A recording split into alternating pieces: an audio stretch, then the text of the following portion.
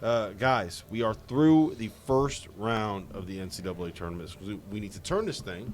Since we don't have a pregame show tomorrow, we got to turn this thing and look forward. So, what is the one game tomorrow that you are looking forward to the most? I got to get through. I got to find my bracket real quick. I'm gonna say Memphis and the Zags. Oh yeah, That's the obvious answer. Yeah. Got to be. RC taking the layup. Yeah, I mean, Might as well. yeah, I mean it's. Why? Tell the people why. Well, I think it's for an early round game.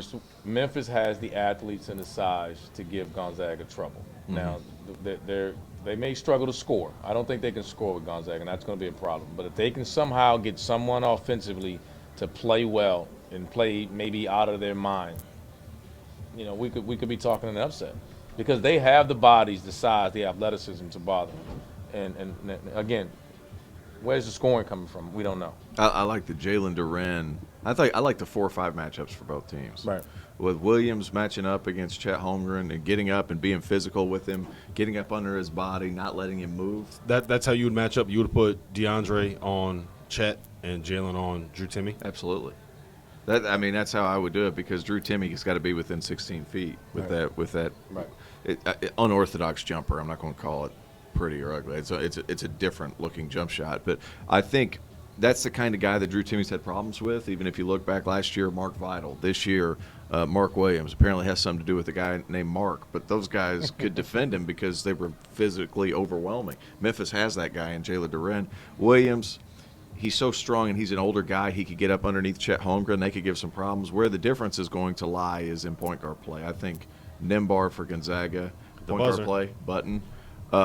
He's going to be a difference maker. Alex Lomax coming off a sprained ankle. He's been doing some good things lately. He played well. He's been playing well, but he had a sprained ankle in that first game, so that could hamper him a little bit. He's taking a lot of flack by Memphis fans. All right, let me ask you guys. Let me ask you guys this: you are Penny Hardaway. You're putting together a game plan to find a way to beat Gonzaga. What is the one thing that you have to do? The first thing that you're doing when you get that scouting report and that game plan to your team. What's that number one thing? I think it's pressure.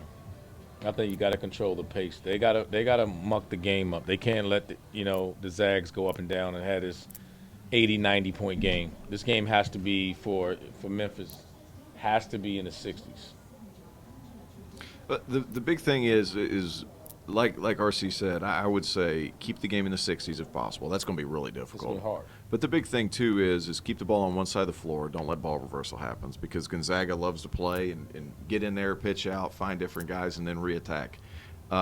What I would say is Chet Holmgren likes to get it off the rim and go.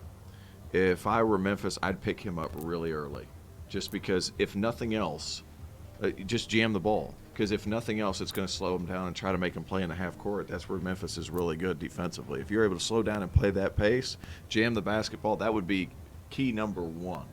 Key number two would be try to get Drew Timme out in space and then try to make something happen. Or attack Chet Holmgren's body.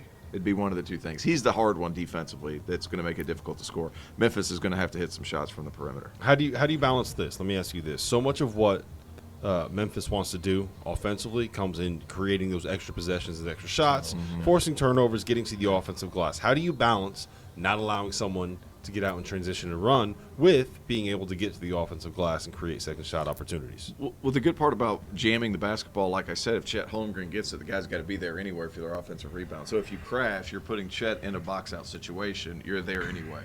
So you can at least hold him off and hold him there. Right? It's hard to do. It is hard to do, So but at hard least to he's do. going to be in the general vicinity. I would attack wholeheartedly the offensive glass because you've got a physical advantage.